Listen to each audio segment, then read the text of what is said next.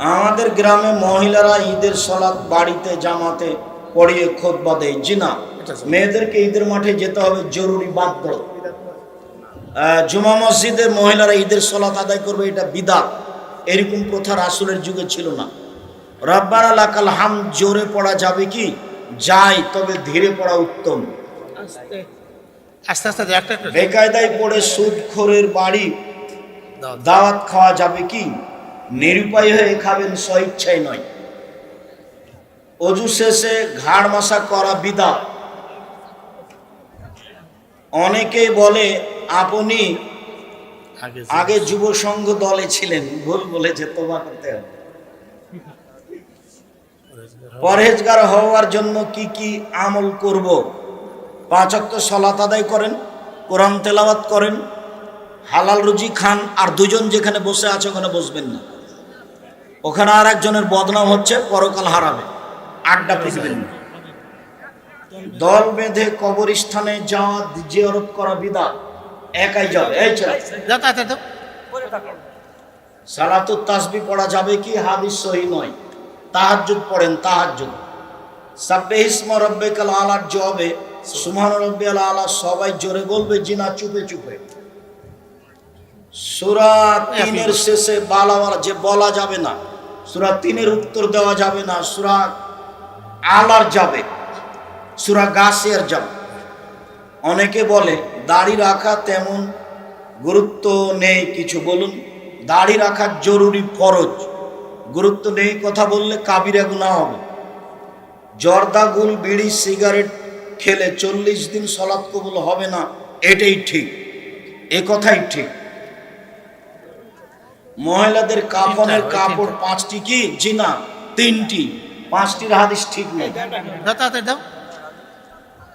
দলিলবিহীন জায়গায় মসজিদ স্থাপন করা যাবে কি? দলিলবিহীন মানে যে কোনো জায়গায় মসজিদ নির্মাণ করা যায়, তবে ওয়াকফ না হলে ওই মসজিদ বন্ধ করতে হবে, ওয়াকফ করার জন্য বলতে হবে। সরকারি জমিতে যদি মসজিদ নির্মাণ হয়, তাহলে একটা ডিসিওসি বরাবর একটা দরখাস্ত অনুমোদন থাকা ভালো। ব্যাংকে চাকরি হালাল হবে কি? জি না। ব্যাংকে টাকা জমিয়ে রেখে ইবাদত কবুল হবে কি? নিরুপায়ী হয়ে ব্যাংকে টাকা রাখতে পারে, যা লাভ আসবে সেগুলো অসহায় পুরুষ নারীকে দিয়ে দিবে। যারা ধান, গম, গরু, উট এগুলোর ওসর বা যাকাত আদায় করে না, তার হুকুম কি? তার ইবাদত কবুল হবে না। লুঙ্গি, শাড়ি দিয়ে যাকাত দেওয়া যাবে কি? জি না। যাকাত টাকায় হস্তান্তর করতে হবে। যাকাত পরিবর্তন করে কাপড়, লুঙ্গি বিতরণ করা যাবে না। কেননা যাকাতের টাকাটা যেটা, ওই টাকার মালিক উনি নন। যাকাতের ওই টাকাটার মালিক হলো ফকির মিসকিন। অতএব যে জিনিসটার মালিক তিনি নন, সেই জিনিসটার উপরে তিনি ক্ষমতা খাটাতে পারেন না। উনি টাকাটা দিয়ে যদি কাপড় কিনেন, তাহলে আর একজনের টাকার উপরে উনি ক্ষমতা খাটালেন। মনে হয় কথা বোঝাতে পারেন? যাকাতের টাকাটার মালিক কে? ফকির মিসকিন। তো উনি তার হাতে দিয়ে দিবেন, তাহলে তার জিম্মেদারি শেষ। তো উনি কেন যাকাতের টাকা দিয়ে লুঙ্গি কিনতে গেলেন? তাহলে ওই টাকার উপরে এখনো তার ক্ষমতা আছে? না, ওটা তো নেই। আপনি একদিন আমাদের কেন্দ্রীয় মসজিদে খুতবা দিবেন, সময় হওয়া কঠিন আছে। আজকে আপনাদের মেহমানের অনুরোধে তার আর একজনের মাধ্যমে দিয়ে চলে এসেছে। আমি এখানে আসা পর্যন্ত ওনাকে খুঁজছিলাম যে ইনিকে, যার মাধ্যমে চলে আসলাম। বেনামাজির জানাজা হবে কি? নামাজ যদি অস্বীকার করে থাকে তাহলে হবে না। আর যদি শয়তানি করে পড়ে না, তার জানাজা করতে হবে। মৃত ব্যক্তির খানার অনুষ্ঠান হারাম, 40 দিনে হোক 4 দিনে হোক। যেটা মৃত ব্যক্তির নামে খাদ্য দিয়েছেন ওটা তো ময়লা, মানুষের ময়লা, ওটা সাদাকা। তা আপনি বা খাবেন কেমন করে? আর আপনার বাপের বন্ধু মানুষ এসেছে গাড়ি নিয়ে, ও খাবে কি করে? এটা মানুষের ময়লা। আল্লাহ রাসূল এই হোসেন একটা যাকাতের খেজুর মুখে দিয়েছিলেন। আল্লাহ নবী ভাবতে উঠে মুখের ভিতরে আঙ্গুল ঢোকে খেজুরটা বের করে বলেছিলেন, আমার সারতা, এই তুমি বুঝো না? সাদকা হচ্ছে মানুষের ময়লা। আমি খাই না, আমার বংশ খায় না, আমার বাড়িতে যে কাজ করে সেও খায় না, তাদের উপর হারাম। কাজে ওইভাবে মরা মানুষের অনুষ্ঠান করা হারাম। হানাবি কিছু ভাই বলে আহলে হাদিস ইংরেজদের থেকে এসেছে, এটা অপবাদ। তাকে জবাব দিতে হবে বিচারের মাঠে এবং দুনিয়াতেও। এই কথা না, অত্র মসজিদে জুমার আজান দুটি, একটি দিতে হবে, দুটি নয়। স্বামী স্ত্রীকে সরকারি আইনে কোর্টের মাধ্যমে তালাক দিয়েছেন, স্বামী স্ত্রীকে দিয়েছেন, অর্থাৎ ডিভোর্স দিয়েছেন এই দিন এবং 3 মাস অতিক্রম করেছে। এখন তারা পুনরায় থাকতে চায়। ওই যদি এক বৈঠকে 3 তালাক করে থাকে কাজীর বৈঠকে, তাহলে বিবাহ পড়িয়ে আনতে হবে, কারোর সাথে নয়, তারই সাথে। 90 দিনের মধ্যে ফিরিয়ে নিলে বিবাহ পড়াতে হতো না। 90 দিন পার হয়েছে, তারই সাথে বিবাহ পড়াতে হবে, অন্য কোথাও নয়। আর যদি 3 মাসে 3 তালাক দিয়ে থাকে তাহলে আর ফেরত নেওয়া যাবে না। স্ত্রী সহবাসের দোয়া মুখস্থ করতে হবে। শুকরিয়া, জাযাকুমুল্লাহ খায়ের। দীর্ঘ সময় ধরে আমরা যখন খাবার খাই তখন খাবার খাওয়ার ভিতরে পানি খাই, তখন আমরা ডান হাতের সাথে বাম হাত ব্যবহার করি। কোনো সময় করা যাবে না। বাম হাতে শয়তান খায়, আল্লাহ রাসূল বলেছে। বাম হাতে গিলাস ধরে ডান হাত লাগিয়ে দিয়ে খেতে পাবেন না, এবারে চিরদিনের জন্য আরাম।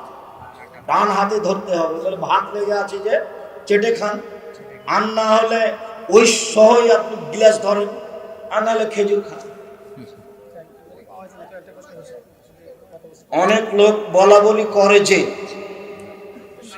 সে যদি মুসলিম হয়, সে যতই পাপ করুক তাকে পাপের সাজা দিয়ে আল্লাহ একদিন তাকে জান্নাতে দিবেন। কথা ঠিক, তো মুসলিম আছে তো? এটা বাংলাদেশ মানে বিপদ সীমার উপর দেশ, শিরক আছে। শিরকে ঈমান কেটে যায়, কখন যে কেটে গেছে।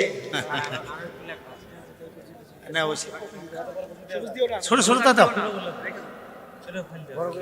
বুকে হাত বাঁধা। হুজুর বিভিন্ন ধরনের মোবাইল গেম, যেমন ফ্রি ফায়ার, পাবজি ইত্যাদি গেমগুলো ইসলামের দৃষ্টিতে চিরদিনের জন্য হারাম। প্রত্যেক যেই খেলা বসে বসে চলে, সময় নষ্ট হয়, শরীর চর্চা হয় না, সেই খেলাকে আল্লাহ চিরদিনের জন্য হারাম করেছেন। চৌসার, ছক্কা, লুডু, দাবা, পাঞ্জা, ক্যারাম বোর্ড, তাস, গেম, যত খেলা আছে বসে বসে চলে, সময় নষ্ট হয়। এই খেলায় যদি কেউ হাত লাগায় তাহলে তার হাতকে শরীর রক্তের মধ্যে ডুবিয়ে দিল, একেবারে হারাম। শ্বশুর বাড়ি হতে খুশি হয়ে কোনো কিছু দিলে নেওয়া যাবে কি? পরে নিতে হবে, বিবাহের সময় নয়। আব্দুর রাজাক সাহেব পরে নেওয়ার দলিল, ফাতেমা রাসূল সাল্লাল্লাহু আলাইহি সাল্লামের বাড়িতে গেছিলেন কাজের লোক চাইতে, তো আল্লাহর নবী বলেননি যে বিবাহের পরে কাজের লোক দেওয়া যাবে না, এই কথা তিনি বলেননি। তিনি বলেছিলেন যে তুমি এগুলো এগুলো বলো, তাহলে আর কাজের লোক লাগবে না। তো বিবাহের পরে বাপ মেয়েকে কিছু দিতে পারে, তার প্রমাণ এইটা। উনি যদি বলতেন সাবধান, বিবাহের পরে মা বাপের কাছে কিছু চাওয়া যাবে না, তাহলে এটা চিরদিনের জন্য হারাম হতো। বিবাহের সময় যা কিছু লেনদেন হয় তা যৌতুক, তবে চাপ দিয়ে শ্বশুরের কাছে কিছু আদায় করা যাবে না। মেশকাত শরীফে ব্যাখ্যা গ্রন্থ মেরকাতুল মাফাতি 3 নম্বর খণ্ড 1194 পৃষ্ঠায় আছে। ইবনে আব্বাস বলেন, নবীজি 20 রাকাত তারাবি পড়েছেন। হাদিসটি জাল, ওটা 20 রাকাত তারাবি নয়, 20 রাত।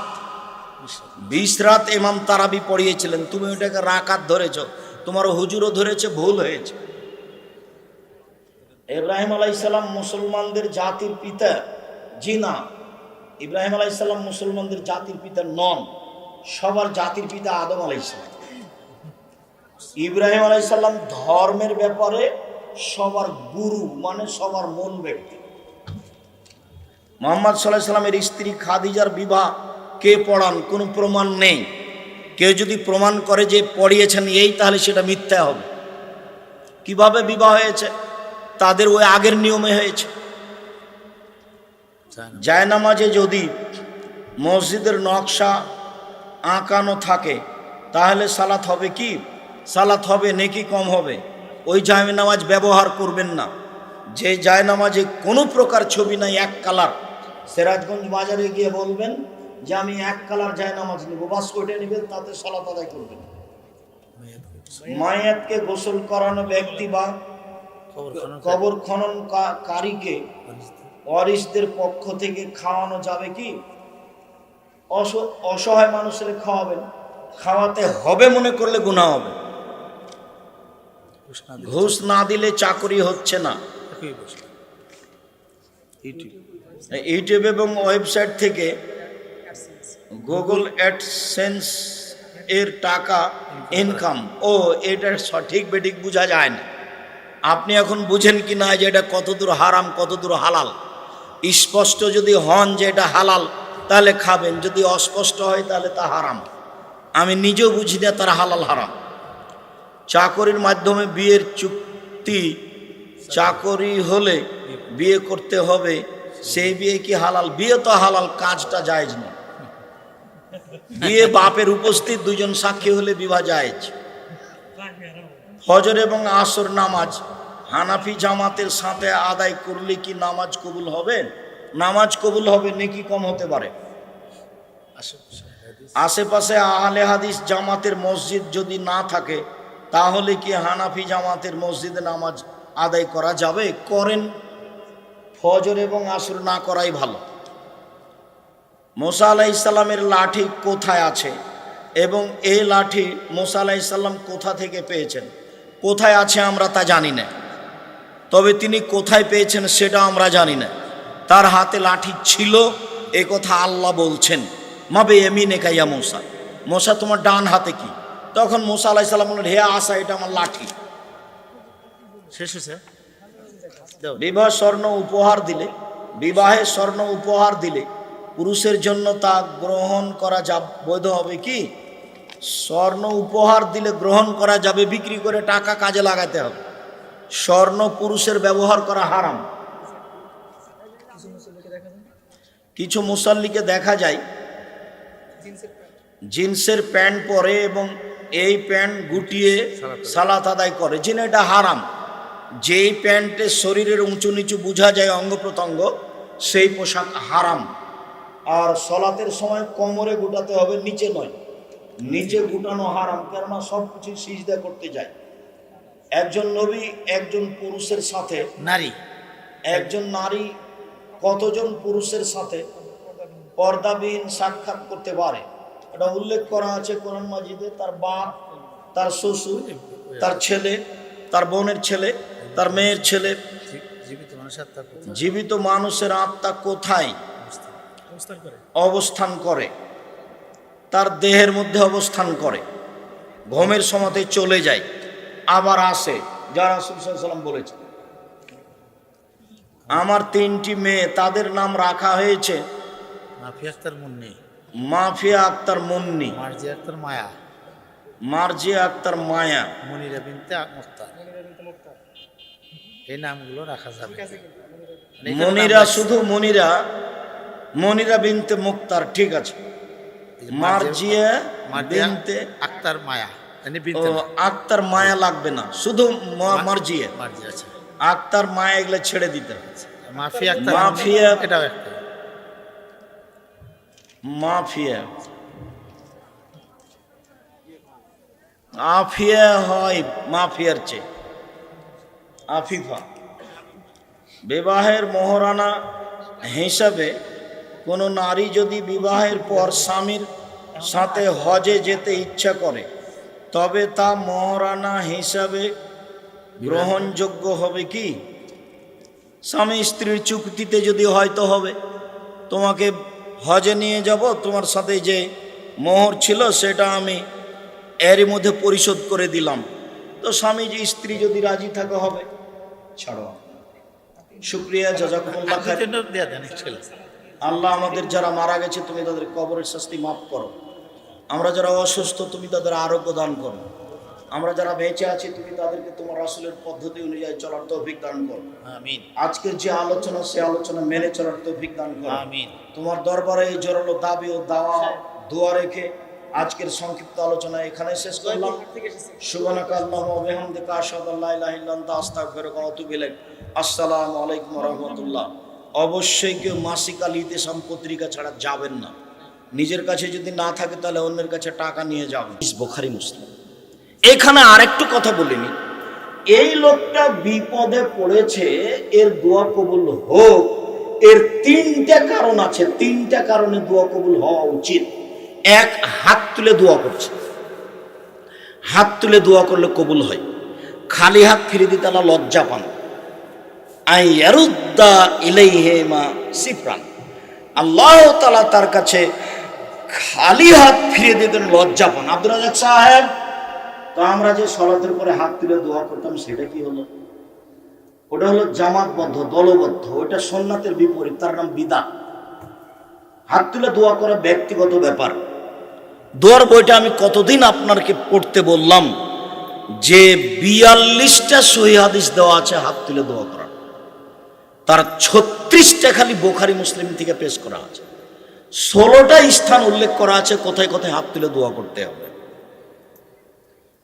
আইনে রাসূল সাল্লাল্লাহু আলাইহি ওয়াসাল্লাম দোয়া অধ্যায় আব্দুর রাজ্জাক বিন ইউসুফ, আপনাকে আমি নিয়ে পড়ার জন্য অনুরোধ জানিয়েছি। খালি হাত আল্লাহ ফিরিয়ে দেন না, লজ্জা পান। এক। দুই, মুসাফিরের দোয়া আল্লাহ কবুল করেন। যে বাড়ি থেকে বের হয়ে গেছে, যাবে ঢাকা চিটাগাং, এ যদি কোনো দোয়া করে তাহলে আল্লাহ সেটা কবুল করবেন, একথা মুহাম্মদ সাল্লাল্লাহু আলাইহি ওয়াসাল্লাম বলে। তিন, মাজলুম বিপদগ্রস্ত মানুষ যদি দোয়া করে, আল্লাহ রাসূল বলছেন সে যদি হিন্দুও হয়। একটা হিন্দু মানুষের এই জমিটা, আমি ধনী মানুষ, আমার টাকা পয়সা আছে, ওর জমিটার কারণে আমার একটু অসুবিধা হচ্ছিল, তো জোর করে জমিটা দখল করে নিয়েছি। তারপর আমি কোর্টে বললাম যে ও গরিব মানুষ, তাকে আমি বসতে দিয়েছিলাম, থাকতে দিয়েছিলাম, এখন আমার অসুবিধা হচ্ছে তাই তাকে বিদায় করে দিয়েছি। আসলে ঘটনা জমিটা কার ছিল? তারই ছিল। ও এখন মাজলুম, ও যদি আল্লাহকে বলে আল্লাহ তুমি ওর বিচার করে দাও, তাহলে এ লোকটা বাঁচতে পারবে না, আজ হোক আর কাল হোক ধ্বংস হবেই, কাউকে বলা লাগবে না। আল্লাহ নবী বলছেন যে মাজলুম যদি অমুসলিম হয় তবু তার কথা গ্রহণ হবে। এই লোকটি মাজলুম, বিপদে পড়েছে, লোকটার কাছে তিনটা জিনিস আছে দোয়া কবুলের। এক, হাত তুলে দোয়া। দুই, লোকটা মুসাফির। তিন, লোকটা বিপদগ্রস্ত মাজলুম। এরপরেও তার দোয়া কবুল হলো না, কারণ এক, খাদ্য হালাল নয়। দুই, পানি হালাল নয়। তিন, পোশাক হালাল নয়। চার, জীবিকা নির্বাহ হালাল নয়। জাবের রাদিয়াল্লাহু তাআলা আনহু বলেন, রাসূল সাল্লাল্লাহু আলাইহি সাল্লাম বলেছেন, কুল্লু লাহমিন নাবাতা মিনাস সুহতি কানাতিন নার আওলা বিহি। প্রত্যেক শরীর যেটা হারাম উপায়ে বাড়ে, ছেলে মেয়ে বড় হয় বাপের অবৈধ উপার্জনে, বাপের অবৈধ উপার্জনে যেসব ছেলে মেয়ে বাড়ে, বাপ মা ছেলে মেয়ে সবাই জানে। যার জন্য আপনাকে আমি বলেছি, চাঁপাইনবাবগঞ্জের ভাষাতে গমা সাপ, গোখরা সাপ আপনার বাড়িতে থাকতে পারে, বিছানেও থাকতে পারে, থাকলে দংশন করবে এ কথা নয়। দংশন করেও যদি একজন মারা যাবে, পরিবারের সবাই মারা যাবে না। আর যদি ধানের ওসর বের না করেন, টাকার যাকাত বের না করেন, তাহলে পরিবারের সবাই মারা যাবে। অতএব যেই সম্পদের যাকাত বের করা হয়নি, যেই সম্পদ অবৈধ, ওই সম্পদ গোখরা সাপের চেয়ে, গমা সাপের চেয়ে হাজারো গুণ বেশি খারাপ। কেউ যদি ফিতরা যাকাত নেওয়ার না থাকে, তাহলে ধীরে জ্বালানা দিয়ে নিচে আবর্জনা যেখানে ফেলেন সেখানে ফেলে দিবেন, ওকে বাড়িতে রাখা যাবে না। ও যে কত বিষাক্ত, ও যে কত ভয়াবহ, ও যে কত বিষাক্ত তা আমি বুঝাতে অক্ষম। সম্মানিত দিনী ভাই বোন, এই ছেলে, আমি তোমাকে বলেছি শ্বশুরের কাছে যৌতুক নিও না, যৌতুক ফেরত দিতে হবে। বলেছি তোমাকে ভিক্ষা করা টাকা দিয়ে চাউল কিনে ভাত খেয়ে ইবাদত কবুল হবে, যৌতুকের টাকা দিয়ে চাউল কিনে ভাত খেয়ে ইবাদত কবুল হবে না, যৌতুক হারাম। তুমি বলছো সাত করে আমার শ্বশুর আমাকে মোটরসাইকেল দিয়েছে, তোমার শ্বশুর মোটরসাইকেলটা ফকিরকে দিতে পারে না? তোমাদের দেশে ভিক্ষুক নাই? 24 ঘন্টার মধ্যে মোটরসাইকেল ফেরত দাও। কাপুরুষের সন্তান, কাপুরুষ মানুষের জিনিস দিকে চেয়ে থাকো কেন? তোমাকে আমি বলিনি কাজ করে খাবা, বুক ফুলিয়ে খাবা, জীবনে মানুষের বাড়িতে কাজ করে। বছর শেষে শ্বশুরের জন্য একটা লুঙ্গি উপহার দিবা, যে শ্বশুর আব্বা আপনি খুব কষ্ট করে মেয়ে মানুষ করেছেন, আমার হাতে তুলে দিয়েছেন, আমার সংসার সুখী হয়েছে, আপনাকে আমি গরিব মানুষ উপার্জন করে খাই, একটা লুঙ্গি কিনে দিলাম, তুমি আবার পাল্টা চাপ দাও, আবার তুমি বলো তোর বাপ টাকা দিতে চেয়েছিল টাকা দেয়নি, ওর বাড়িতে আর কোনোদিন যাব না, এ বলে তুমি শ্বশুরকে গালি দাও। তোমাকে আমি শ্বশুরকে গালি দিতে নিষেধ করিনি। ভুলেও কোনোদিন শ্বশুর শাশুড়িকে গালি দেবা না, ভুলেও না। কোনোদিন স্ত্রীর নিন্দা করবা না, ভুলেও কখনো বলবা না যে তোমার ঠোঁটটা মোটা। একবার যদি ঠোঁট মোটা বলো 10 বছর তোমাকে ভালোবাসতে পারবে না। ভুলেও কোনোদিন বলবা না যে তোমার রংটা কালো। কোনো সময় স্ত্রীর রূপ চেহারা নিয়ে সমালোচনা করবা না, প্রশংসা করো, ওরা প্রশংসা প্রিয়। রাসূল সাল্লাল্লাহু আলাইহি সাল্লাম বলেন, স্বামী হিসাবে জিম্মেদার ব্যক্তি সেই যে 5টা করে। 1, যে মানের খায় সে মানের খাওয়ায়। 2, যে মানের পরে সে মানের পড়ায়। 3, ওলা তুকাব্বে, কখনো স্ত্রীকে কটু কথা বলে না। কখনো তুমি বলতে পারবে না ঠোঁটটা তোমার মোটা, কখনো তুমি বলতে পারবে না রংটা তোমার কালো, কখনো তুমি তার ব্যাপারে কটু কথা বলতে পারবে না। রাসূল সাল্লাল্লাহু আলাইহি ওয়াসাল্লাম না করে দিয়েছে। ওলা তাজরে বলা লজে, কখনো তুমি মুখের উপরে মারতে পারবে না, মুখের উপরে মারা নিষেধ। আগেকার পণ্ডিতেরা মাস্টাররা ছেলেরা না পারলে মুখের উপরে কালের উপরে থাপ্পড় মারতে, এটা হারাম। রাসূল সাল্লাল্লাহু আলাইহি ওয়াসাল্লাম চিরদিনের জন্য মুখের উপরে মারতে নিষেধ করেছেন। যদিচ এখনকার নিয়ম, সরকারি নিয়ম যে ছেলেদেরকে মারা হবে না, 10 বছর পরে আল্লাহ রাসূল ছেলেদেরকে কথার বাইরে চললে পিটাতে বলছে। 5টা সহিহ হাদিস আছে। তার একটা হাদিস আছে যে লাঠি দরজায় ঝুলিয়ে রাখো, তোমার ছেলে মেয়ে তোমার স্ত্রী দেখে বলবে বাবা একটু উলটপালট চললে এটা হবে। এ কথা রাসূল সাল্লাল্লাহু আলাইহি সাল্লাম বলছেন। পৃথিবীর সবচেয়ে দামি ভদ্র সম্মানী মানুষ। আর আমার মা চাচিরা বলতেন যে মায়ের বড় বিদ্যে, ধমকায় আপনি ছেলেকে পড়াতে পারবেন না। আমি নিজের কথা বলছি, আমি যদি ক্লাসে ঢুকি আর ক্লাসে যদি 500 ছাত্র থাকে, একটা ছেলে যদি আর একটা ছেলের গায়ে চিমটি কাটে, আমি আব্দুর রাজ্জাক বিন ইউসুফ শিক্ষকতা করব না। যতক্ষণ পর্যন্ত আমি ক্লাসে থাকি আমার ক্লাসটা কিয়ামতের মাঠ। এরপরেও দেখা যায় যে সত্যি ও শাস্তি ছাড়া পড়া রেডি করে না। আরে এখন তো যেহেতু আর পড়ালো লাগে না, এমনি পাস হয়, যার কারণে এদিকও ঠিক ওইদিকও ঠিক, পড়লেই কি আর না পড়লেই কি।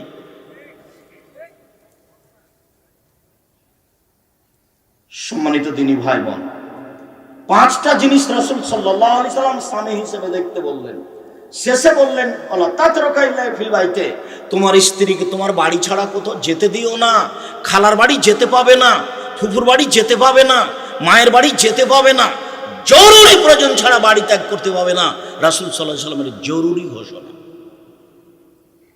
বিবাহের বাড়ি তো বহু দূরের কথা, স্বেচ্ছায় হাট বাজারে যাওয়া তো বহু দূরের কথা। কই আমরা তো হাট বাজারে যাই না, তো আমরা তো বেঁচে আছি দুনিয়াতে, আমাদের তো চলে।